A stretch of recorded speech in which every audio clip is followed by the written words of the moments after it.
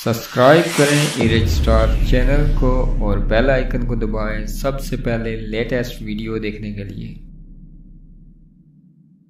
बिस्मिल्लाहिर्रहमानिर्रहीम। अस्सलाम वालेकुम दोस्तों, तमाम दोस्तों को वेलकम करता हूँ यहाँ अपने इस यूट्यूब चैनल पर। स्पॉट फिक्सिंग में सजा याफ्ता साबिक फास्ट बॉलर मोहम्मद आसिफ ने कहा है कि क्रिकेट बोर्ड ने कभी मुझे बचाने की कोशिश नहीं की। कैरियर का जिस तरह अख्तिताम हुआ इस पर अफसोस है। मोहम्मद आमर का कैरियर बचाने पर पीसीबी को बुरा भला कहता हूँ।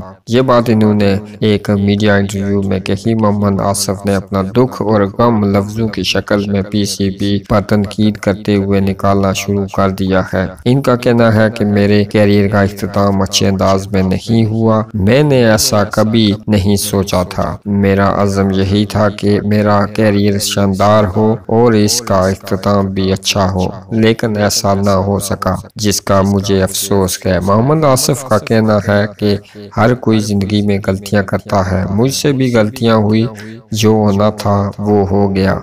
अब सब ठीक है। मुझसे पहले भी खिलाड़ी फिक्सिंग में मुलव्वस थे और बाद में भी मुलव्वस हैं।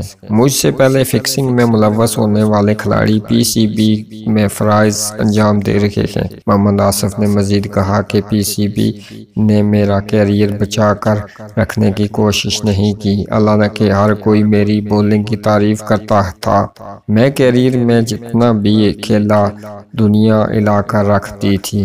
इतने सालों बाद भी दुनिया के बेहतरीन बैट्समैन आज भी मेरी तारीफ करते हैं। इन्होंने कहा कि पाकिस्तान जाऊंगा और ज़रूरत पड़ी तो काम भी करना चाहूँगा, लेकिन इस वक्त वहाँ जगह नहीं है। 90 की दहाई के क्रिकेटर्स के हाथों में सारा काम है, इसलिए हमारे लिए कोई चांस नहीं है। वाज़ेह रहे कि स्पॉट फिक्सिंग स्कैंडल में मोहम्मद आसिफ को 5 बरस की पाबंदी का सजा का सामना करना पड़ा था, जबकि बाद अज़ा मोहम्मद आमर की इंटरनेशनल क्रिकेट में वापसी हुई, लेकिन मोहम्मद आसिफ को दोबारा मौका न मिल सका।